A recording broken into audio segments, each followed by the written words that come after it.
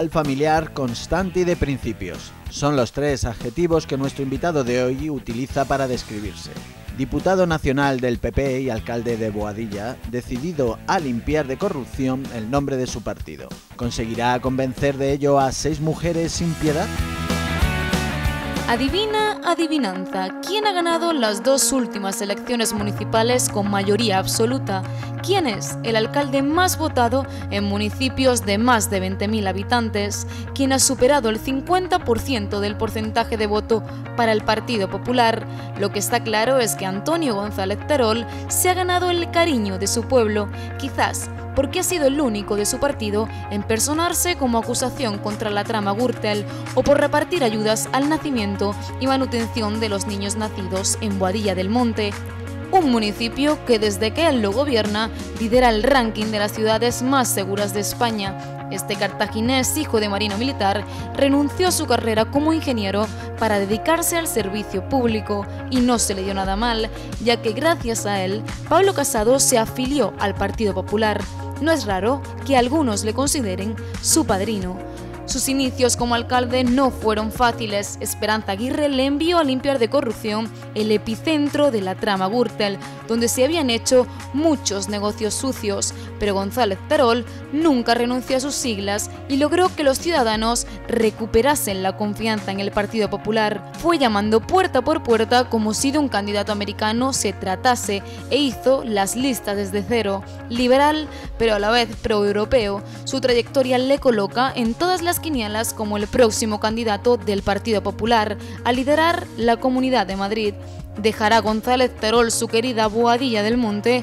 Eso ya es otra adivinanza.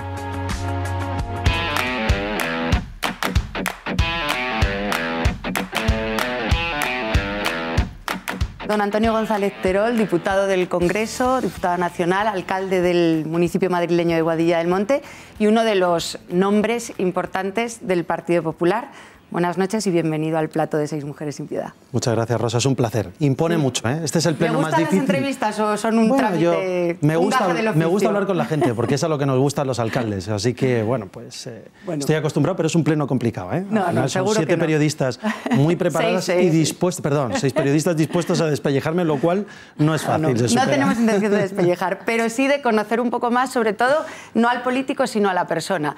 Licenciado, ingeniero industrial por ICAI, de repente acaba teniendo cargos importantes en la política. ¿Cuándo fue ese cambio de estar en algunas empresas privadas, dedicándose a su profesión, a ingeniero industrial, a llegar a la política? ¿Cuándo, cómo y por qué? Bueno, la transición en realidad ocurre mientras que estoy estudiando la carrera.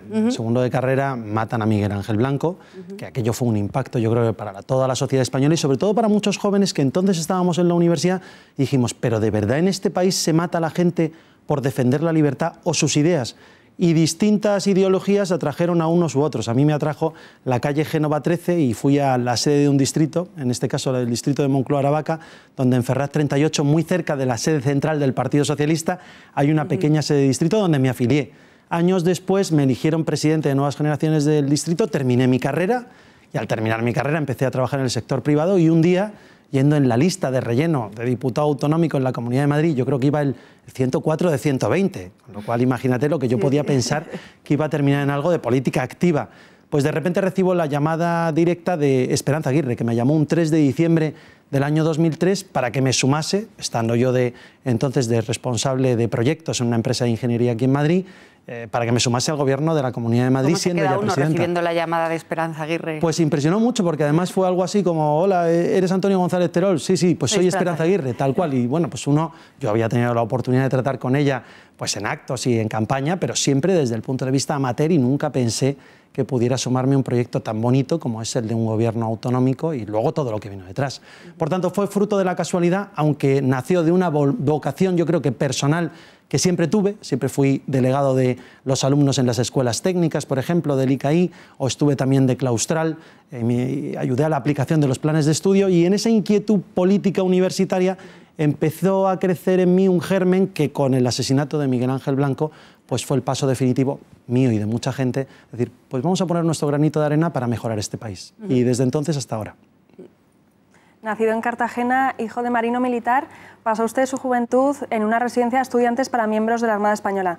¿Aprendió allí alguna disciplina que le haya cambiado en su vida? Mi vida ha sido con normas muy castrenses, porque obviamente mi padre, oficial de la Armada, desde pequeño, yo soy el último de 7 hermanos, el pequeño. Mi vida pues, de infancia y en el colegio lo pasé en Cartagena, y cuando vine aquí a estudiar ingeniería tuve la oportunidad de estar en un colegio mayor también de la Armada, donde el director era un capitán de navío retirado y por tanto las normas eran muy estrictas, tan estrictas como que seguíamos un orden, había una disciplina, por supuesto, y esto pues ayuda sobre todo a fomentar el compañerismo. Años después he vuelto a los colegios mayores a dar charlas, también al mío, y ves que se ha desnaturalizado con todo esto de las redes sociales, de que ya hay televisión en todas las habitaciones, cosa que nosotros no teníamos. Teníamos una sola tele, una sala de cine que teníamos en el sótano del colegio mayor y ayudaba a que, bueno, pues te interrelacionabas más, salías, conocías a más gente fuera de los colegios mayores. Pues ahora es una vida como más encerrado en la habitación, como quien se dice, ¿no? Interactuando mucho más por redes sociales.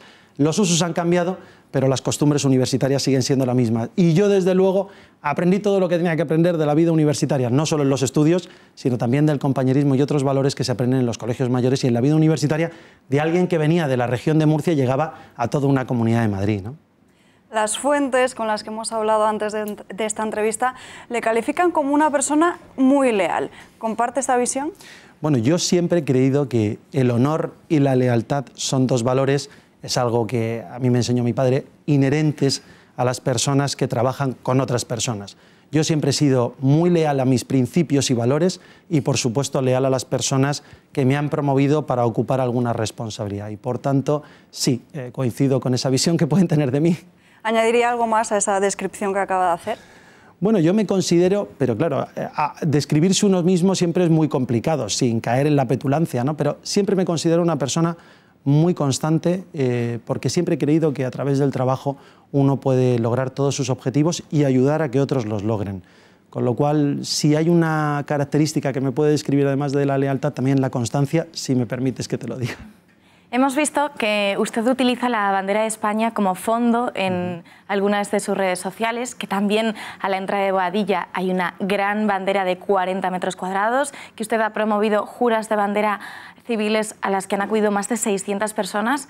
¿Qué significa para usted la bandera de nuestro país? Bueno, pues probablemente lo antagónico a lo que piensan algunos independentistas y secesionistas catalanes. Simplemente es lo que nos debe representar a todos. La bandera, los símbolos, nuestra Constitución, nuestro himno, nuestra lengua, debe de ser algo, todo ello, de lo que debemos sentirnos profundamente orgullosos. Cuando yo llegué a la alcaldía de Boadilla del Monte, me encontré que justo en la entrada principal del municipio había una gran rotonda sin ningún contenido. Algunos creían que había que poner una gran escultura carísima, otros creían que había que poner, en fin, pues construcciones, algún tipo de fuente, y yo dije, pues es un buen sitio para recordar a todos los boadillanos que somos también muy buenos españoles. Bueno, fue muy aplaudida, fue una medida económicamente muy poco costosa para el ayuntamiento, pero de un retorno directo, porque no sabes la cantidad de vecinos y visitantes que pusieron en las redes sociales lo orgullosos que estaban de que una grandísima bandera de España estuviese coronando la entrada de un municipio que, por otro lado, se siente muy orgulloso de estar a pocos kilómetros de la capital de España, de este gran país que, aunque a alguno no le guste, por cierto, se va a seguir llamando España, por supuesto. Lo ha comentado antes, presidió las nuevas generaciones, fue diputado en la Asamblea de Madrid, ahora alcalde de Boadilla, pero a pesar de esa trayectoria, ¿se siente más orgulloso de ser padre? Pues es de lo que me siento más orgulloso. Mira, el otro día veía el CIS, no el de Tezanos, donde dice que en las próximas elecciones generales ganará el Partido Socialista en Afganistán y en la India también, sino el CIS de hace un año, cuando todavía era serio, dice que la familia es la institución más valorada por el 98,7% de los ciudadanos. Y si lo piensan la inmensa mayoría de los españoles, y yo me considero un español medio, por supuesto yo también. Y por tanto, mi mayor orgullo son mis 3 hijos y mi mujer, los que me ayudan a seguir todos los días, los que me apremian a seguir en mi trabajo y los que me ayudan a intentar construir un futuro mejor, no solo para los míos, sino para los hijos del resto de madrileños y de boadillenses. ¿Cómo se consigue, o al menos se intenta, renovar la imagen de un partido que cuando usted llega está marcado pues, por diferentes tramas de corrupción, sin meternos en ellas, y encima llega y gana las elecciones en un ayuntamiento? ¿Cómo se consigue eso? Bueno, pues con mucha constancia, pero también con mucha claridad. Yo en esto he sido un poco, es verdad, outlier dentro de mi partido, pero cuando a mí me designan un 28 de enero del año 2011 candidato a Boadilla del Monte, lo que me encuentro es porque me voy a vivir allí, yo vivía en Madrid, me voy a vivir a Boadilla, y me encuentro un municipio que conocía poco, con el que me tuve que implicar y sobre todo que tuve que limpiar de arriba abajo. Lo primero que hice fue dar una rueda de prensa para pedir perdón, porque cuando uno comete errores, y mi partido había cometido errores allí y en otros sitios, es verdad que por personas que inmediatamente fueron expulsadas del mismo, había que pedir perdón. Pedimos perdón y nos pusimos a trabajar para enmendar los errores. Primero, renovar el 100% de la lista. No repitió nadie, incluso habiendo gente inocente, y en esto hay que reconocer que pagaron en algún caso justos por pecadores, pero renovamos el 100% de la lista, contando con gente del mundo y de la sociedad civil de Boadilla, desde el presidente del club de fútbol más importante hasta el presidente de la hermandad más relevante, hasta aquellos empresarios y autónomos que se quisieran sumar a la lista del Partido Popular y que hasta entonces habían sido votantes, pero que nunca habían sido miembros ni afiliados del Partido Popular y que conmigo se sumaron a esa iniciativa. Presentamos un gran programa electoral con la voluntad de cumplirlo, con objetivos cumplibles y sobre todo estuvimos durante toda una legislatura personando al ayuntamiento como acusación particular, reclamando el propio ayuntamiento la devolución de hasta el último euro presuntamente robado por los que presuntamente, valga la redundancia, habían cometido esos delitos, entre otros el exalcalde, algunos concejales y funcionarios del ayuntamiento. Logramos la imputación de muchos de ellos y el procesamiento, solicitando penas ejemplificantes por más de 540 años al conjunto de los presuntamente implicados en esta trama de corrupción. Por tanto, dando ejemplo, cumpliendo programas, siendo muy claro, siendo transparente y sobre todo comunicando constantemente lo que el ayuntamiento hacía bien y también reconociendo aquello que hacía mal, porque yo creo que como en todos somos seres humanos y tenemos derecho a equivocarnos. Supongo que será por todo esto que usted menciona, pero dicen de usted, no se estará de acuerdo, que es usted el espejo de los alcaldes. ¿Se siente usted identificado con eso? Yo lo que aspiro a ser un alcalde tan bueno como el de Estepona, que ha sido el alcalde más votado de España y por tanto ese podría ser el espejo de todos los alcaldes de España. Yo me considero un alcalde más, que he tenido que aprender mucho de otros que me enseñaron, de alcaldes que llevaban muchos más años que yo, de alcaldes que me habían contado muchas de las iniciativas que habían puesto en marcha en sus municipios, y lo que yo he intentado ha sido sumarlas todas e intentar poner en marcha todo lo bueno, que era mucho, que se ha hecho en muchos ayuntamientos gobernados por el Partido Popular, y aprendiendo de los que mejores resultados sacan, que no soy yo, es el alcalde de Estepona, buen amigo mío, que además sí que es un ejemplo para todos. Entrega de vivienda protegida, campañas contra el abandono de animales, visitas puerta a puerta en su municipio, en Boadilla. La política local quizá permite, en su caso a usted como alcalde, detectar cuáles son los problemas reales de la gente, las preocupaciones. Hablaba antes del CIS, diciendo lo que más valora la gente, el español medio. ¿Cuál cree que es, en su opinión, la principal preocupación del español medio? Bueno, yo creo que sobre todo el poder llegar a final de mes y el tener un empleo. Y luego ya en segundo lugar, que ese empleo y esos ingresos te permitan tener una vivienda digna para poder desarrollar tu vida en familia. Y a ello es a lo que hay que dedicarse. Los grandes olvidados en este país durante muchos años han sido las clases medias. Hay algunos partidos, como la extrema izquierda o la izquierda en este país, que ahora mismo gobierna, apoyado por ese vicepresidente económico que es Pablo Iglesias, que insisten en cargarse a la clase media creando nuevos tributos para supuestamente ayudar a las clases más necesitadas. Y lo que no se dan cuenta es que este país es próspero, es rico, precisamente porque ha tenido una gran clase media que ha apoyado con sus impuestos, con su trabajo diario, a los más necesitados y también a que se desarrolle el tejido productivo y la creación de empleo de este país.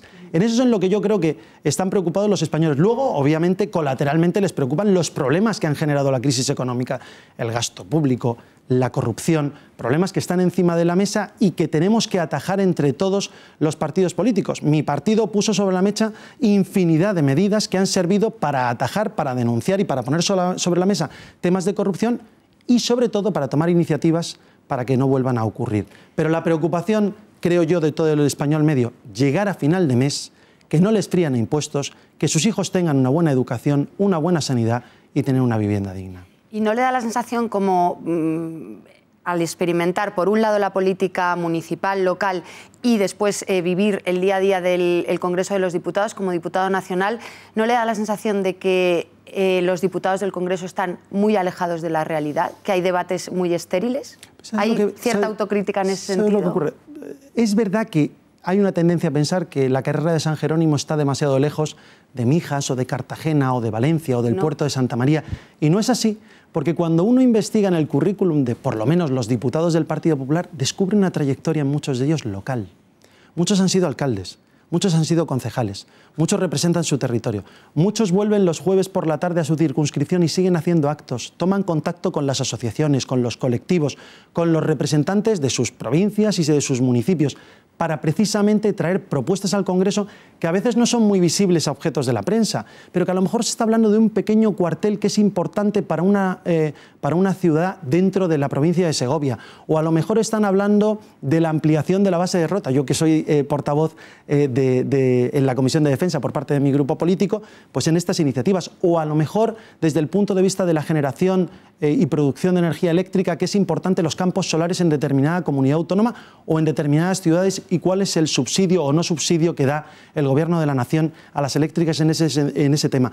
Grandes temas que parecen muy alejados de la realidad, pero que están en la realidad más próxima de los ciudadanos.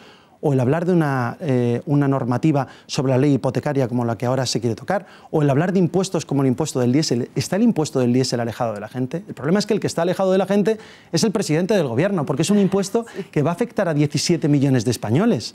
Pero él no va a llevar la cuenta, ¿no? Bueno, por supuesto, pero es cierto que puede dar la sensación de que los diputados nacionales, incluso los senadores, estamos alejados de la realidad. Pero cuando uno escarba un poco en el día a día de las comisiones, de las propuestas, no solo de los plenos, sino en el trabajo que hay detrás todos los días, hay muchísimas iniciativas que pretenden mejorar la vida del ciudadano medio.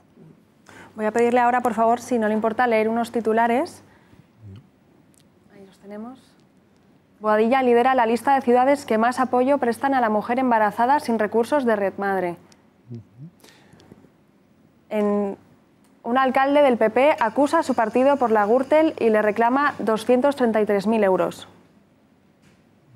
El alcalde pide a Pedro Sánchez que los municipios sin deuda y con superávit puedan bajar el IBI. Boadilla sigue siendo el municipio más seguro y rebaja su tasa de criminalidad en 2 décimas. Y Boadilla lidera el ranking de las 15 ciudades más seguras de España según Securitas Direct. En todos ellos, aunque sin mencionarle, le tildan casi de héroe. ¿Está usted orgulloso de todo lo que ha hecho en Boadilla del Monte o hay algo de lo que se arrepienta? Bueno, yo de lo que me arrepienta, pues uno intenta no acordarse. De lo que me acuerdo siempre es de lo que queda en positivo, porque creo que además es sano para todos. Pero es cierto que estos titulares lo que reflejan es el trabajo no mío, el trabajo de todo un equipo, el trabajo de un montón de funcionarios, de empleados públicos, por ejemplo, de policías, que ayudan a que la seguridad diaria mejore.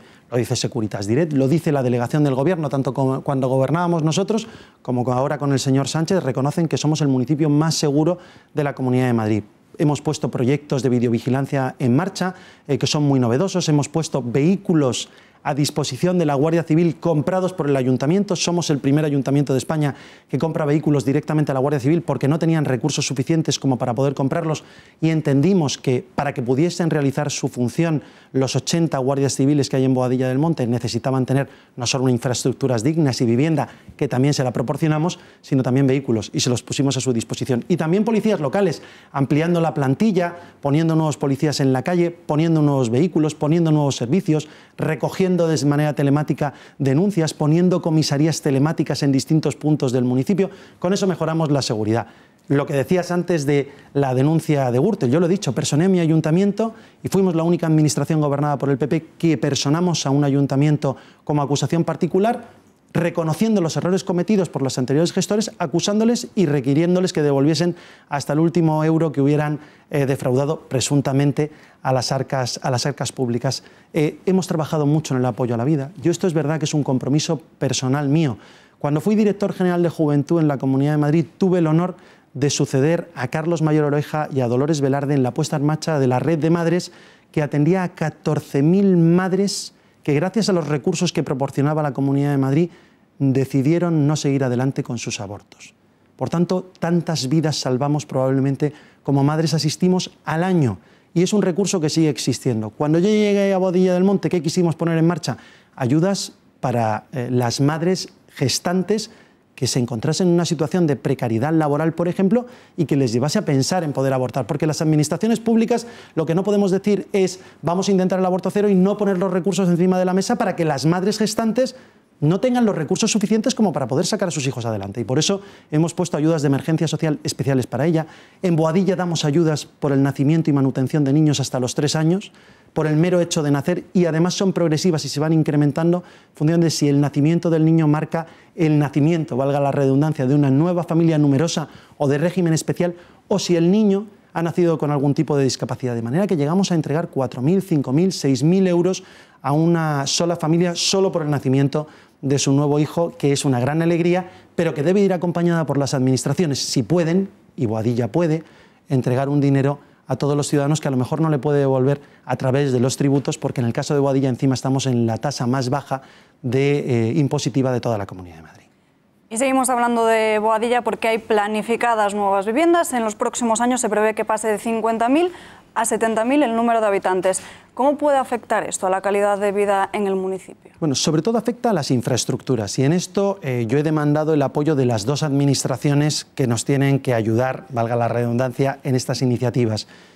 Al crecer el municipio lo que necesitamos son nuevas vías de salida y de entrada a Boadilla del Monte. En concreto, necesitamos un tercer carril en la M50 a su paso por los túneles entre Boadilla y Majadahonda, pero que son utilizados diariamente por los vecinos de Alcorcón, de Móstoles, de Leganés, de Fuenlabrada, y es un proyecto que a la llamada de Boadilla del Monte al Ministerio de Fomento, gobernando Mariano Rajoy, respondieron haciendo el proyecto de ejecución, valorándolo, que está en el entorno de unos 6 millones de euros su licitación, y a punto de sacar el concurso público. Pero hete aquí que llegan unos señores con 84 diputados y deciden que Boadilla del Monte, no sabemos por qué, no creo que sea porque gobierne el Partido Popular allí y ellos no hayan gobernado en los últimos 40 años, pero la realidad es que se han negado a hacernos ese tercer carril y además nos han imposibilitado mejorar la conexión de Boadilla con la M50. Distinta ha sido completamente la relación con la Comunidad de Madrid, que también a la llamada del propio Ayuntamiento han reaccionado, han empezado un estudio de movilidad para mejorar la conexión entre Boadilla del Monte y la M40, que en este caso esa conexión es competencia de la Comunidad de Madrid, y están respondiendo muy positivamente y probablemente en unos meses tengamos noticias de cómo podríamos mejorar esas conexiones y qué presupuesto podrían invertir para mejorarlo. Ese es el gran problema, que las infraestructuras, sobre todo las de transporte, mejoren al mismo ritmo que se incrementa la población, y sobre todo con una medida que a nosotros nos parecía fundamental, que era la llegada del cercanías a Boadilla del Monte. Esa red de cercanías de la que disfrutan la inmensa mayoría de los municipios de más de 50.000 habitantes en la Comunidad de Madrid, pero que Boadilla del Monte, que ha sido el último en llegar a esa mayoría de edad, a esos 50.000 habitantes, todavía no contaba con ella. Y yo ya tenía el compromiso del ministro del Partido Popular, Íñigo de la Serna, de hacer los estudios de ampliación y conexión con el metro, con la red de cercanías desde Majadahonda hasta Boadilla, con un presupuesto aproximado de 500 millones de euros. A mi llamada al ministro Ábalos una y otra vez, y a mis cartas una y otra vez, el ministro Ábalos no solo ha dado la callada por respuesta, sino que su respuesta ha sido reunirse con aquellos alcaldes que no le han pedido reunirse con él, pero que son de su mismo signo político, con los alcaldes socialistas del sur y con 3 alcaldes del norte, para prometerles que sí que les va a hacer las ampliaciones de la red de cercanías que ellos demandan. ¿Sabes lo que ocurría cuando gobernábamos nosotros? Que al final hacíamos caso a todo el mundo e intentábamos invertir para mejorar la vida de todos los ciudadanos independientemente de dónde viviesen y quién gobernase donde viviesen, porque lo que le preocupa al Partido Popular son las personas y no los votos.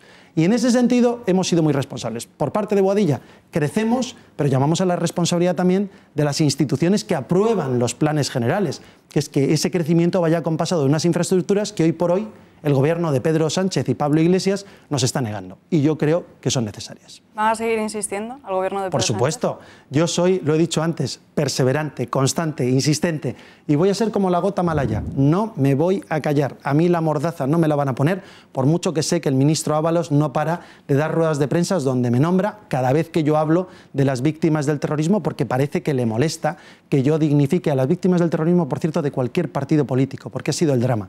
Y sobre todo les he afeado que hayan gobernado y entrado a gobernar con los votos de Bildu. Pero bueno, ese es otro tema. Entonces él se dedica a contestarme sobre este asunto y yo le vuelvo a reiterar que lo que le pido, no solo como vicesecretario del PP de Madrid, sino sobre todo como alcalde de mi ayuntamiento, que deje de un lado las siglas políticas y que piensen los ciudadanos, que seguro que también hay votantes del Partido Socialista en Boadilla del Monte que no se merecen la discriminación de su ministro de Fomento. ¿Cómo fueron sus inicios cuando le mandaron como candidato a Boadilla del Monte? Era una época muy delicada, ¿no? Recordamos que Boadilla era el epicentro de la trama Gürtel, se hicieron muchos negocios sucios. usted iba a defender a un PP que era corrupto. Imagino que debió de ser duro, ¿no? A lo mejor se pensó quizás en pedir un cambio de municipio, quizás alguno más fácil. No, no, la verdad que no. A mí los retos siempre me han gustado mucho y me lo tomé como lo que era, un reto electoral para demostrar una cosa, que justo lo que tú dices no era real. El PP no era corrupto, había corruptos en el PP. Había corruptos en el PP. Y que, no, porque 800 y pico mil afiliados que constituimos el Partido Popular no somos corruptos. Había corruptos del PP que estaban utilizando las siglas del partido y que se lucraban con ella. ¿Qué hicimos? Expulsarles. Yo no he visto si a Griñán y a Chávez los han echado por los ERES de Andalucía. Lo que sí que no he visto, te lo garantizo, es que ninguna administración, tampoco la Junta de Andalucía, se haya personado en los ERES como acusación particular. Sin embargo, cuando yo llego allí, ¿qué hago?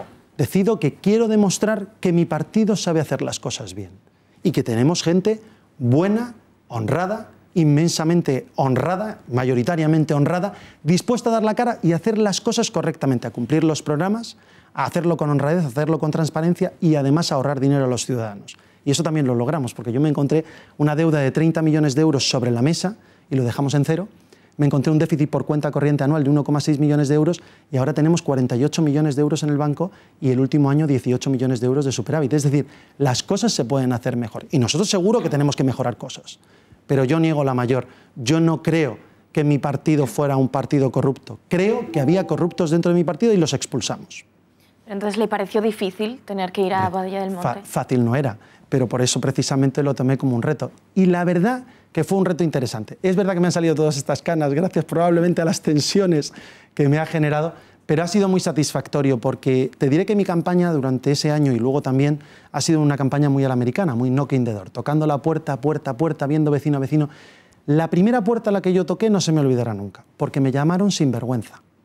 Ahí era donde Pero iba la yo. siguiente puerta a la que llamé otra vez, a esa misma puerta un mes después, me invitó a tomar café. Y 3 años después puedo presumir, y probablemente cuando algún vecino de Boadilla vea este programa sabe que estoy diciendo absolutamente la verdad, que hay casas a las que he llamado a su puerta en estos 7 años hasta 3 y 4 veces. He estado, he contestado sus dudas, me he tomado un café con ellos, me he reído con ellos, he llorado con ellos, he hecho todo lo que se supone que un alcalde de un pueblo de 200 habitantes hace todos los días en un municipio de 52.000. Y esa es la política en la que yo creo, la política de cercanía donde casi, no te voy a decir que te pueden conocer con nombres y apellidos, pero te garantizo que sí que me conozco muy bien los problemas de mis ciudadanos y suelo atenderlos todos. Y te digo, cuando yo llegué el problema de la corrupción era uno de los principales problemas según nuestro propio barómetro. Nosotros no tenemos un CIS, tenemos una encuesta anual de satisfacción con los servicios públicos. La corrupción era un problema que aparecía nombrado por un alto porcentaje de la población. Hoy no lo nombra ni el 0,02% de los encuestados. Esa es la realidad 7 años después y yo creo que es el trabajo de todos en conjunto para demostrar que el problema no era de un partido, era de unas personas y a ellos los apartamos. Nos ha llegado una crítica de una espectadora de Intereconomía y también vecina de Boadilla del Monte, que le voy a leer textualmente. La mayoría de actividades que monta el ayuntamiento son para familias con niños pequeños, para el resto poca cosa. ¿Qué opina? Bueno, es verdad que nuestras actividades están muy pensadas para familias por una cuestión. Nosotros tenemos de 52.000 habitantes aproximadamente unos 14 o 15.000 menores de 18 años.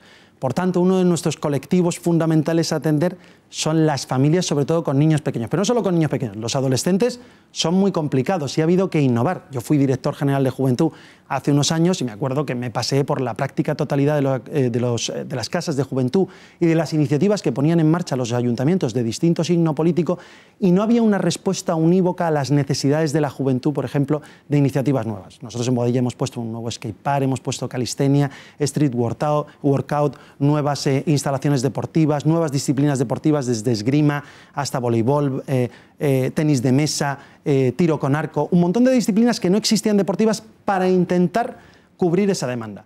Pero no es cierto que no hagamos actividades también para mayores. Si algo se ha incrementado durante todos estos años, porque es verdad que hemos sido un ayuntamiento económicamente solvente para poder hacerlo, ha sido la actividad cultural. Grandes conciertos de música. Pero hay una mayoría para las familias. No, hay de todo, hay de todo. Ahí combinamos. Antes estaba muy centrado en niños pequeños, ahora se centra en todos los colectivos y en todas las edades. Bien es cierto que sabiendo cuáles más o menos los gustos medios de los ciudadanos de Boadilla en función de las encuestas que vamos haciendo. Pero es cierto que tratamos música clásica, pop, rock y también estamos hablando de flamenco. Tenemos nuestro propio festival de Boadilla Clásicos. Tenemos un montón de iniciativas culturales que antes no se hacían dentro de la joya del neoclásico español que rehabilitamos entre la anterior legislatura y esta, que es el Palacio del Infante Don Luis. Ahora mismo hay una exposición de grabados de Goya que son fantásticos, además con una crítica muy mordaz a la sociedad del 18 y del 19, y lo cierto es que nosotros creemos que apostando por esta cultura hemos ayudado a que colectivos de distintas edades y familias también, por supuesto, de todas las edades, se hayan acercado a una cultura que en muchos casos en Madrid cuesta una entrada 30 y 40 euros y en Boadilla cuesta 5 o 7 euros. Pero no es cierto, yo creo que hemos ido evolucionando en positivo y dando una oferta cultural y de actividades para todas las edades, también para los mayores. ¿Perdón? ¿Seguiréis haciéndolo para dejarla tranquila? Por supuesto, claro que sí, claro que sí. Este año hemos incrementado el presupuesto un 5,5% sin subir impuestos, manteniéndolos congelados y además bonificando algunos, como por ejemplo el IBI por instalación de nuevas instalaciones energéticas, de ahorro energético para las casas. Es decir, seguimos bonificando impuestos, seguimos generando superávit porque nuestra actividad económica es muy positiva y siguen creándose empleo en Boadilla. Tenemos una tasa de desempleo del 4,4% y esos ingresos nos permiten seguir ofertando actividades de calidad, ayudas para la familia, ayudas para libros, ayudas por nacimiento, tantas cosas que en otros municipios probablemente no existan. Pero sí, para tranquilidad de la vecina, y además yo admito no solo la crítica, suelo contestarla todas en las redes sociales. Por supuestísimo que sí, que seguimos trabajando. Y es más, le invito a que me escriba por las redes sociales y que me diga, Antonio, creo que falta esta iniciativa concreta. Y yo siempre escucho a los vecinos y generalmente tienen la razón. La vivienda está últimamente en boca de todos, ya sea por el dichoso impuesto, hipotecas, precio. Actualmente, tanto el precio del alquiler como el de la compra está por las nubes. De hecho, tengo entendido que en Boadilla los jóvenes tienen que marcharse a otros municipios porque el precio es excesivo y, de hecho, el número de vivienda pública es irrisorio. ¿Qué tiene que decir sobre esto? Bueno, vamos a ver. Es verdad que la proporción de vivienda pública está marcada por ley y los aprovechamientos y los suelos que tienen definido ese uso son los que son. Y, bueno, pues nosotros, ¿qué estamos haciendo? Al contrario que en la inmensa mayoría de las ciudades de Madrid, nosotros seguimos construyendo vivienda pública. Construimos 115 viviendas la anterior legislatura, actualmente construimos 10 en el casco y 95 en una zona que se llama Valenoso, y ahora el 22 de diciembre o en ese entorno sortearemos otras tantas viviendas, otras 95, más grandes, precisamente pensando en aquellas familias jóvenes que quieren seguir residiendo en Boadilla, que viven de alquiler, que quieren acceder a una vivienda a un precio razonable, en este caso son precios muy asequibles en relación al precio de la vivienda libre, pero que siendo familias no pueden acceder a la compra de una vivienda y que se quieren quedar en el municipio donde nacieron. Bueno, pues ahora también van estas viviendas de compra, que no son de alquiler, de compra, pero a un precio muy asequible en relación al precio de vivienda libre. Por tanto, yo niego la mayor, creo que se está construyendo bastante vivienda pública. Es cierto que como nosotros ahora estamos despegando urbanísticamente, se construye más vivienda libre. Pero es innegable que en relación a otros ayuntamientos, y yo os reto a que me busquéis 5 o 6 ayuntamientos donde se esté construyendo vivienda pública al ritmo que en Boadilla del Monte, nosotros estamos haciéndolo, lo seguimos haciendo y lo seguiremos haciendo en la próxima legislatura. Decíamos antes que el suyo es uno de los nombres que más suenan en el Partido Popular, sobre todo en las quinielas de candidato a la presidencia de la Comunidad de Madrid. ¿Esto cómo lo ve? ¿Le apetece? ¿No le apetece? ¿Dejaría Boadilla para irse a la comunidad? Pues te voy a ser absolutamente franco. Este es un tema que yo lo he visto y periodísticamente lo veo todos los días. Pero nos lo inventamos los periodistas. Pero no, creo que nace del fruto de vuestras conversaciones. La realidad es que esa decisión no me atañe a mí. Si alguien me llega a preguntar, además, hace 20 años si yo iba a ser alcalde de Boadilla del Monte, probablemente les diría que están locos, con lo cual pensar lo que va a pasar en el futuro más próximo es algo que ni me planteo. Esto es una decisión que, según los estatutos del Partido Popular, le atañe exclusivamente a Pablo Casado, el presidente nacional de mi partido, tanto el candidato al Ayuntamiento de Madrid como el candidato a la comunidad autónoma y al resto de comunidades autónomas. Entonces, por tanto, es algo que es absoluta competencia de él, y a él y a su decisión estaremos todos los cargos del partido. Respetaremos absolutamente su decisión y estamos a que él tome lo que tenga que decir y a partir de ahí, el resto apoyarlo completamente. ¿Le gustaría? Mira, es que a mí hipotizar el futurible, como solía decir Joaquín Leguina, me parece una temeridad. Por tanto, lo que pueda pasar en el futuro, yo estoy muy contento como diputado nacional y portavoz en la Comisión de Defensa. Estoy muy contento en la segunda renta per cápita, tercera renta per cápita de España, que es Boadilla del Monte. sinceramente, no se me ocurre nada más satisfactorio que lo que estoy haciendo a día de hoy. El resto es una iniciativa que le corresponde al presidente de mi partido. Usted, que lo ha vivido desde muy cerca, ¿cree que al Partido Popular le ha fallado la estrategia de comunicación con respecto a todos los casos de corrupción que están salpicando al partido?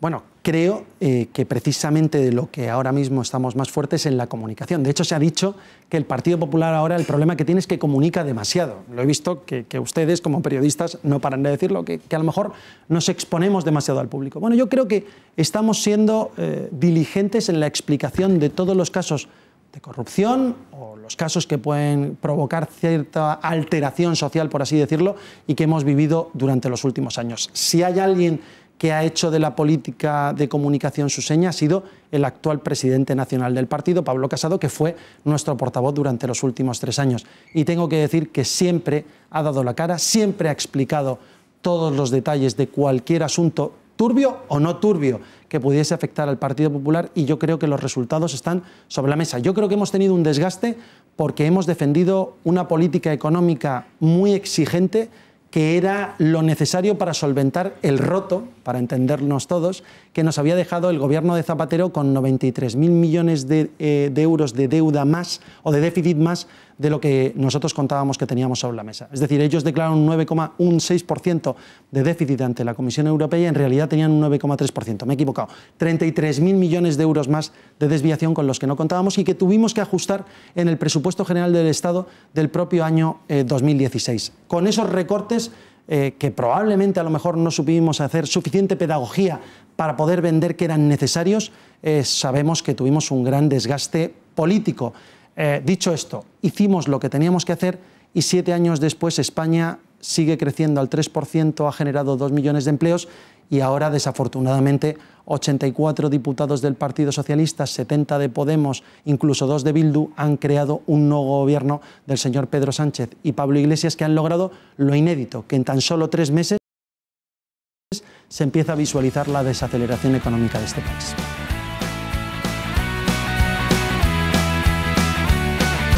Lo mencionaba usted antes, ha sido el único hombre del Partido Popular que ha personado el Ayuntamiento de Boadilla en la causa contra la Gürtel. Pidió imputar a funcionarios y exigió a su partido la devolución de 233.000 euros. Es un ejercicio de cara a la ciudadanía de renovación impecable.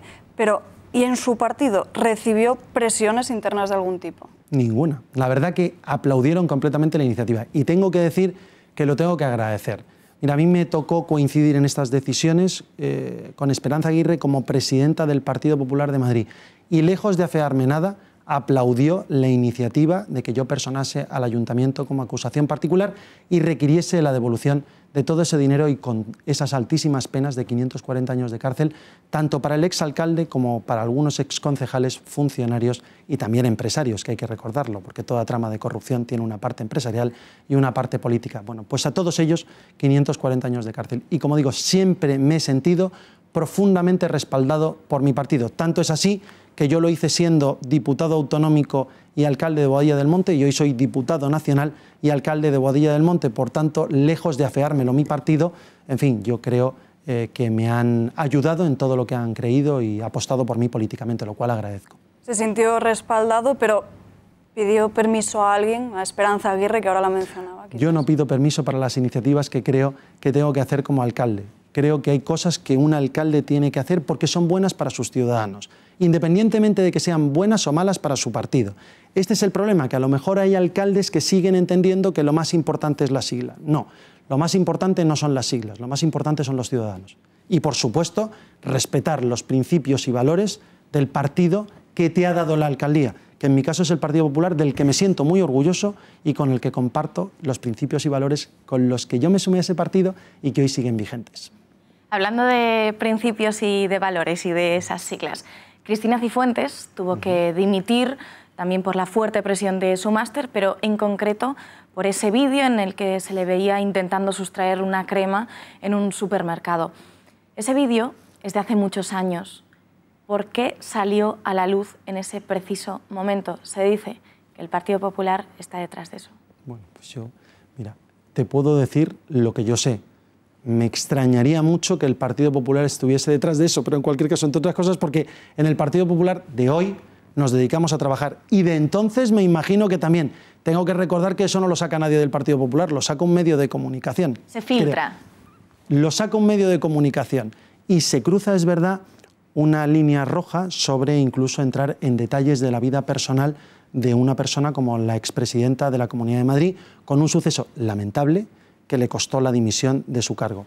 Dicho esto, no era en su ejercicio político, sino en una situación personal lamentable por la cual ella asumió una responsabilidad política por algo que le había ocurrido en una circunstancia personal. Al margen de eso, que yo creo que es reprobable en el plano personal, decir que es el Partido Popular el que lo filtra, a mí no me consta, y es más, me niego a pensar que nadie que esté o que estuviese en el Partido Popular fuese capaz de hacerle algo así a una compañera de partido o a cualquier otra persona. No creo que sea la política en la que creemos, desde luego, los que estamos en el Partido Popular hoy día. ¿No le parece sospechoso que el vídeo saliese justo en ese momento, cuando Cristina Cifuentes se había negado a dejar su puesto por el caso del máster? Pero y una pregunta, ¿a quién beneficia? ¿Al Partido Popular que salga ese vídeo? Con la dimisión de Cristina Cifuentes se la aparta. Pero eso es bueno para el Partido Popular. Evidentemente. Te devuelvo la pregunta, porque yo creo que ha sido tremendamente negativo para todos que dimita a Cristina Cifuentes, porque yo creo que ha sido una presidenta que en circunstancias muy complicadas ha seguido construyendo hospitales, construyendo metro, construyendo centros de salud, construyendo nuevos colegios. Sinceramente, ha sido un episodio lamentable, pero quiero creer que nadie del Partido Popular sea el responsable de semejante iniciativa, porque no entra dentro de mis coordenadas de lo que es este partido ni de lejos. Y por tanto te digo que estoy convencido de que eso no viene de nadie del Partido Popular. Algunos medios de comunicación le consideran el padrino de Pablo Casado. ¿Cómo le siente a usted que haya llegado al poder del Partido Popular antes que usted? Si fue usted también el que le incitó a que se afiliase a las filas del Partido Popular. Yo es que siempre he pensado que tienes que trabajar con gente que sea mejor que tú y que pueda superarte y que pueda adelantarte. Y yo llevo viendo la carrera de Pablo Casado desde el día que lo afilié allá por el año 2003, aunque éramos amigos desde mucho antes. Y tengo que deciros que siempre he sentido un tremendo orgullo al ver esa trayectoria política, primero como presidente regional de las Nuevas Generaciones, luego como jefe de gabinete del expresidente del Gobierno, José María Aznar, luego como diputado nacional, luego como secretario de Comunicación, como vicesecretario general y ahora como presidente nacional de mi partido. Y en todas esas etapas he tenido el honor de poder estar más cerca o más lejos, pero siempre trabajando a su lado en el PP de Madrid o en el Congreso de los Diputados o ahora en el partido a nivel nacional. Y tengo que deciros que siento una tremenda satisfacción y un gran orgullo. Yo no soy el padrino de nadie, soy el que firmé su ficha de afiliación. Todo lo demás, absolutamente todo, se lo ha ganado él solo con su esfuerzo, con su trabajo, con su inteligencia, con su saber hacer y sobre todo con su buena mano izquierda con todos los asuntos políticos. ¿Asegura que a sus amigos le ha ofrecido algún cargo desde que ha llegado a la presidencia? Bueno, me ofreció ser secretario nacional de política local y he asumido ese reto. De hecho, estos días con la campaña de las andaluzas iré a hacer campaña junto a él y además me ha designado portavoz en la Comisión de Defensa del Partido Popular, en representación del Partido Popular, y estas dos responsabilidades las acabo de asumir. Ningún cargo directivo, ¿no?, que esté sí, claro, de su mano, como secretario, más cercano a él. Claro, como secretario nacional de política local. Ahora estoy en la dirección nacional del partido y tengo mi despacho 3 plantas por debajo de la suya, pero estoy junto a él trabajando pues todos los días que puedo y me lo permite Boadilla del Monte, que no es poco el trabajo que tengo en mi ayuntamiento. Le voy a pedir que sea un poco más breve en sus respuestas, nos queda poquito tiempo. Las comisiones de investigación de las cuentas del PP en el Congreso, históricas comparecencias de Aguirre, Cospedal, Cifuentes, ¿le abochornan, le avergüenzan? ¿Qué siente? ¿Cree que sirven de algo? Bueno, yo creo que es una página triste del Partido Popular. La trama Gürtel, la trama Púnica, la trama Lezo, son episodios lamentables, afortunadamente, que hablan de casos de corrupción que ocurrieron hace muchos años y que han estallado muchos años después. Yo me quedo con la foto fija de estos últimos años y la buena trayectoria que va tomando el Partido Popular. Nosotros tuvimos un varapalo electoral en las elecciones del 2015, donde fuimos a 125 diputados, pero es cierto que ganamos las elecciones con respecto a otro partido como era el otro gran partido, que era el Partido Socialista. Mejoramos nuestros resultados electorales en 2016 con 137 diputados y el Partido Socialista pasó de su peor resultado electoral a su peor resultado electoral, a 84 diputados. Y no obstante, pues ahí los tenéis en la presidencia del Gobierno. Pero dicho esto, yo me quedo con el Partido Popular de siempre, con el que está hoy que es el mismo que estaba en el año 89, el mismo que estaba en el año 96, el mismo que estaba en el año 2010 y el mismo que está en el año 2018. Un partido con más de 800.000 afiliados, con los mismos principios y valores de siempre, probablemente contados con más ganas que nunca y con unas ideas muy claras de poner todas ellas en marcha en cuanto volvamos al gobierno. Seguimos en el Congreso de los Diputados. Las escenas del hemiciclo prácticamente vacío, después de las preguntas más importantes de una sesión de control. Por ejemplo, los miércoles por la mañana, en cuanto terminan de contestar el presidente y los ministros, el Congreso se vacía. Los plenos por la tarde prácticamente igual. Hay 4 personas y cuando llega la hora de la votación, todo el mundo a sus escaños. ¿No le da la sensación, sabemos y seguramente nos diga, que esos diputados que no están ahí están en sus despachos, trabajando en comisiones, pero entiende la imagen que se traslada a veces desde el Congreso a la ciudadanía de personas poco trabajadoras que montan circos con camisetas con mensaje? ¿Qué piensa? ¿Cómo es el ambiente en el hemiciclo? Si preguntas a un periodista parlamentario te dirá que la actividad es frenética. Es verdad que el hemiciclo, que parece que es el corazón del Congreso, no es cierto que sea así. Mira, lo más importante de la actividad legislativa, yo por ejemplo hoy terminaba el pleno y me tocaba una reunión con la Asociación de Suboficiales de las Fuerzas Armadas y hablábamos de temas retributivos que afectan a 4.500 personas. Es de una reunión de aproximadamente 1 hora y media, hemos terminado como a las 3 de la tarde. Esa reunión probablemente ha sido más relevante para el ejercicio de mi cargo como portavoz de defensa que el trato que ha habido al mismo tiempo o las conversaciones que ha habido previas en el propio pleno del Congreso. ¿Eso significa que no trabajamos? No, estamos en nuestro despacho, estamos en reuniones.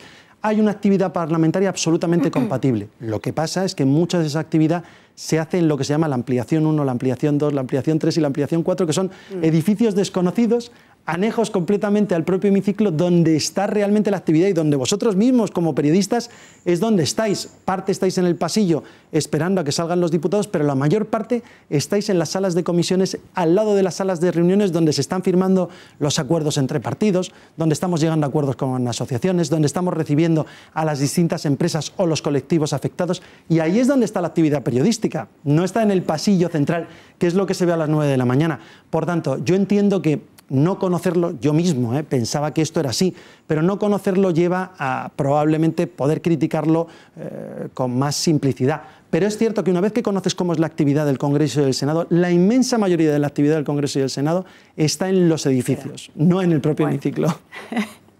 Muchos consideran que estamos en plena deriva de la calidad democrática en nuestro país.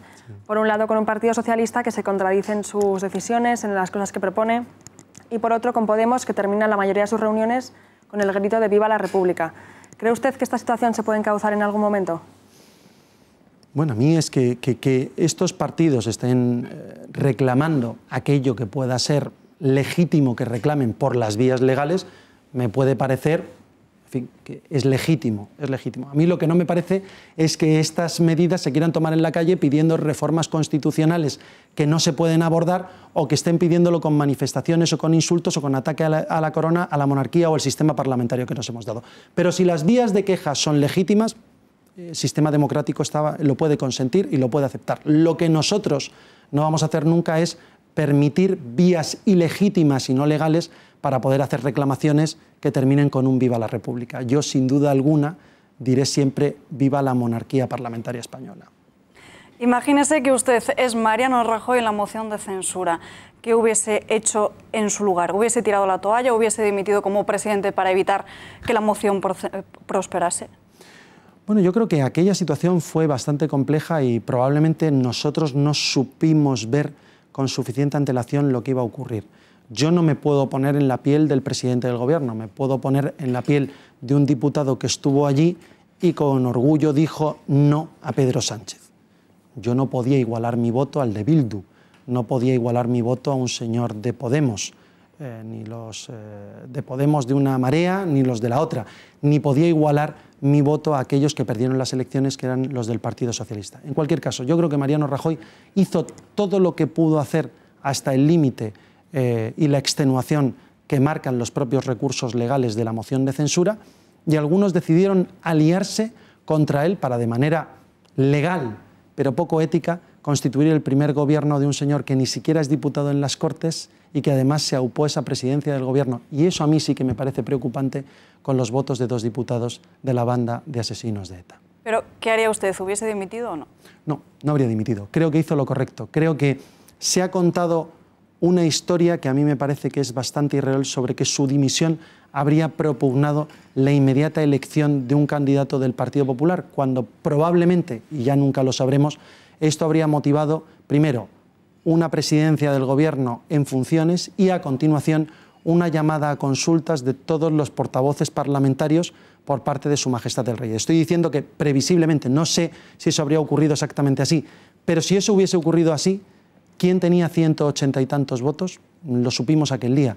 El señor Pedro Sánchez con sus pactos secretos por detrás, incluso con los votos del PNV, de Esquerra, de Convergencia e incluso de Bildu.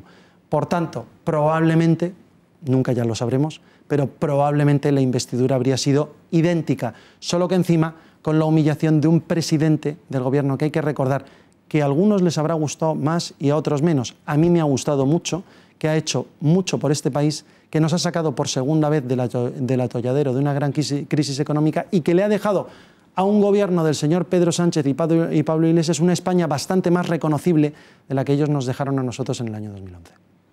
Bueno, pero las caras más reconocidas del PP, Mariano Rajoy, Soraya, Cospedal, ya no están, se han ido. Esto sumado pues, a las guerras internas que han provocado esa fragmentación, lastre de la corrupción que aún arrastran. No podemos negar que el Partido Popular no está en crisis, ¿no? Vamos a ver, yo creo que por primera vez el Partido Popular tiene un futuro absolutamente prometedor desde hace algunos años, que hemos tenido un desgaste político cierto. Si algo ha resultado muy positivo para el Partido Popular ha sido su Congreso Nacional. Tú dices que son peleas.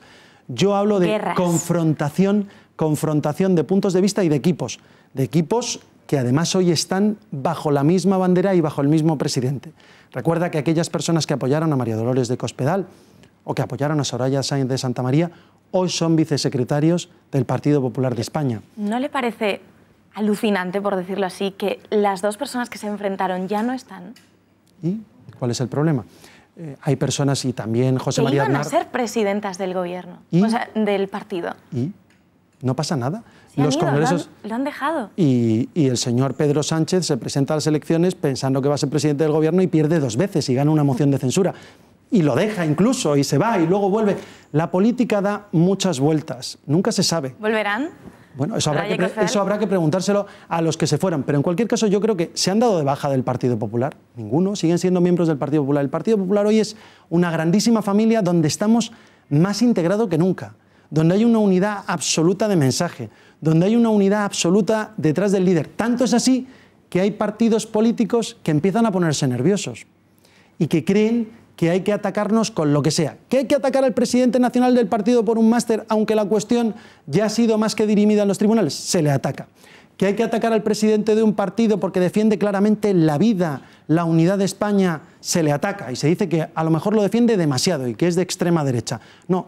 Pablo Casado es una persona con las ideas muy claras, que cree en un Partido Popular que debe de ser, como dijo José María Aznar, toda aquella que esté a la derecha de la izquierda, donde estemos los de centro, los de derechas, los liberales, los conservadores, los democristianos, todos bajo una misma bandera. Y yo creo que lo vamos a conseguir en los próximos años, por supuesto, integrando a todo el mundo. Ya lo hemos hecho con aquellos equipos que en primera vuelta se presentaron con otros candidatos y están ya sumados en una lista unitaria donde todos vamos a una. ¿Sabéis por qué? Porque es lo mejor no para el Partido Popular, es lo mejor para España. Nosotros creemos que España necesita que el Partido Popular vuelva a gobernar y que vuelva el SENI, el sentido común, no solo al conjunto de España, sino a alguna de sus regiones como Cataluña. ¿Y cree que Pablo Casado puede crear un partido de oposición fuerte y estable con debates y con polémicas, como por ejemplo de Cospedal y Villarejo? La dimisión de Cospedal. Polémicas. Habría que preguntarle lo mismo si el señor Sánchez puede gobernar con las grabaciones de la señora Delgado y Villarejo. La realidad es que hay 2 maneras de actuar. Cómo actúa el Partido Popular y sus cuadros políticos cuando hay cosas que son reprobables, y es que reconocen su responsabilidad y dan un paso atrás, y cómo actúan las personas que están en el gobierno, como la ministra Delgado, cuyas palabras no voy a repetir durante esta entrevista, pero que son más que reprobables, sobre todo cuando inciden sobre delitos que ella, siendo fiscal de la Audiencia Nacional, debería haber denunciado, siendo encima la ministra de Justicia con el doble de problema. ¿Va a poder construir una oposición fuerte? ¿Lo habéis escuchado a Pablo Casado en su defensa en cualquier interpelación con el presidente del Gobierno? ¿Cuál es el nivel del presidente del Gobierno y su descalificación sin ningún tipo de contenido cuando Pablo Casado le habla de qué va a hacer en Cataluña? ¿Va a convocar usted elecciones? ¿Va a seguir usted subiendo los impuestos? ¿Va a usted seguir pactando con Podemos, con Esquerra, con el PNV, con aquellos que quieren romper este país? ¿O va a intentar usted llegar a acuerdos de Estado sobre educación, sobre sanidad, sobre política exterior? Claro que vamos a hacer una buena oposición, pero no una oposición dura solo, una oposición responsable, una oposición que sea buena para el conjunto de esta gran nación que se llama España. Alcalde, nos quedamos sin tiempo para más. Se nos quedan preguntas en el tintero, no sé si por suerte para usted o no, pero bueno. Están siendo preguntas intensas, ¿eh? Bueno, le emplazamos en todo caso a una segunda entrevista, quizá como candidato a la Comunidad de Madrid. Nunca se sabe. Muchas gracias Un placer. por haber estado y vuelvo con nosotras. cuando queráis, como alcalde de Boadilla del Monte o como y diputado, sea, ¿no? o como ciudadano de a pie. Encantado. Bueno, muchas gracias.